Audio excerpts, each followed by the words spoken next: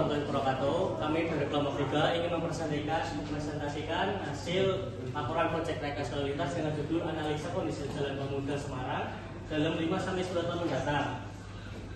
Saya Didi Nurul Prasetyo dengan NPM 24640041. Saya Saimah Nasawa Putri Malika NPM 24640071. Saya Fajar Agung Setiawan NPM 24640055. Yang pertama adalah latar belakang. Mengapa dilakukan proyek lalu lintas? Yang pertama, pertumbuhan penduduk dan aktivitas kota meningkatkan jumlah kendaraan setiap tahun. Yang kedua, jalan pemuda merupakan jalan arteri utama di pusat kota Semarang. Yang ketiga, diperlukan prediksi kondisi lalu lintas pada 5-10 tahun mendatang. Yang terakhir adalah analisis digunakan untuk mengetahui apakah kapasitas jalan masih mampu melayani arus lalu lintas. Selanjutnya di rumusan masalah. Yang pertama, bagaimana prediksi pertumbuhan volume lalu lintas pada jalan pemuda untuk 5 tahun dan 10 tahun mendatang.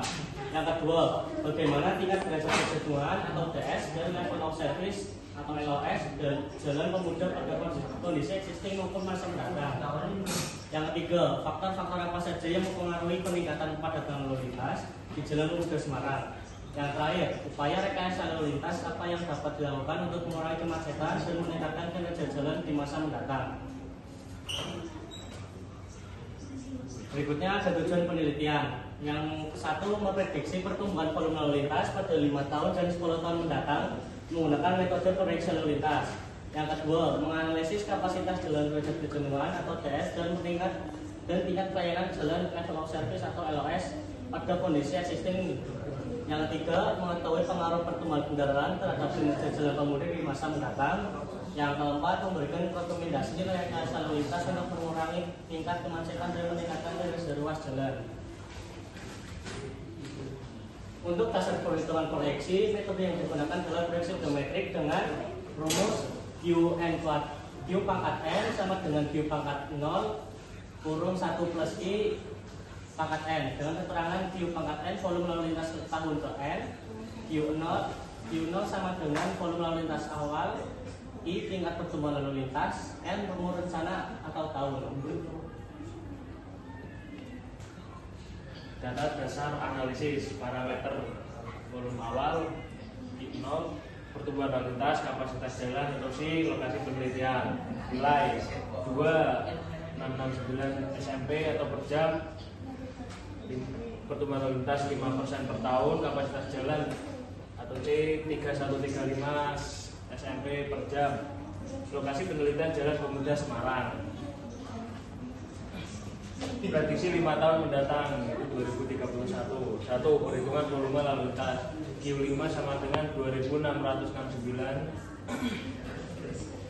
yaitu 1 tambah 0,05 pangkat 5 sama dengan 3406 SMP per jam.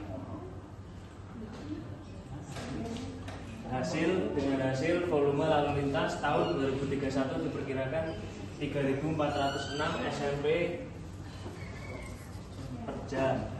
2. Derajat kejenuhan atau DS sama dengan 3406 atau 3153 sama dengan 0,97. Interpretasi yaitu DS sama dengan 0,97. 2. Kondisi lalu lintas sudah melampaui kapasitas jalan. 3. Tingkat pelayanan masuk kategori loss F itu macet.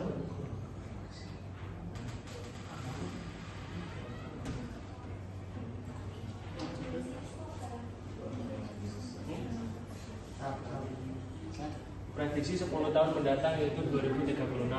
1. Perhitungan volume lalu lintas Q10 sama dengan 2669 dalam kurung 1 tambah 0,05 pangkat 10, yaitu sama dengan 4347 SMP per jam. Hasil volume lalu lintas tahun 2036 diperkirakan yaitu 4347 SMP per jam. 2. Derajat kejenuhan atau DS sama dengan 4347 atau 3153 yang sama dengan 1,39. Interpretasi, volume kendaraan meningkat sangat signifikan. 2. DS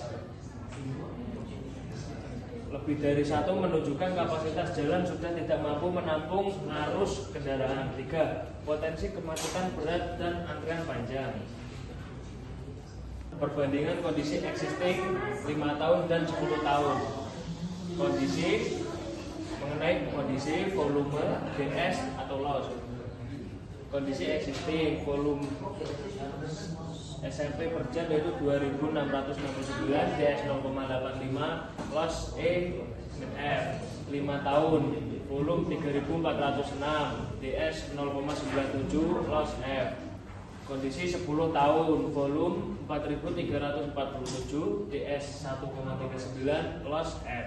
Kesimpulan, 1. Volume lalu lintas terus meningkat setiap tahun. 2. Kondisi jalan akan semakin jenuh jika tidak ada penanganan. 3. Jalan pemuda diproyeksikan mengalami kemacetan berat pada masa mendatang.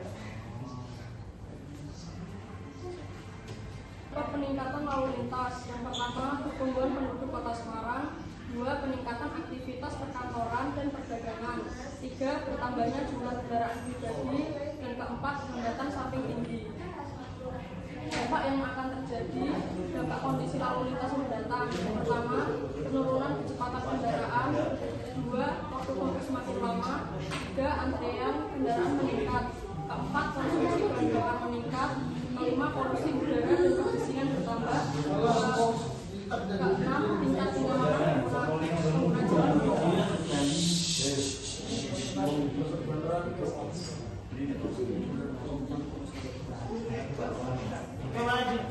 Rekomendasi penanganan solusi rekayasa lalu lintas. Yang pertama, pelonggaran kapasitas jalan. Yang kedua, penertiban parkir liar. Yang ketiga, pengurangan hambatan samping. Yang keempat, optimalisasi angkutan umum. Yang kelima, pengaturan manajemen lalu lintas jam puncak. Yang keenam, penyediaan fasilitas pejalan kaki yang lebih baik.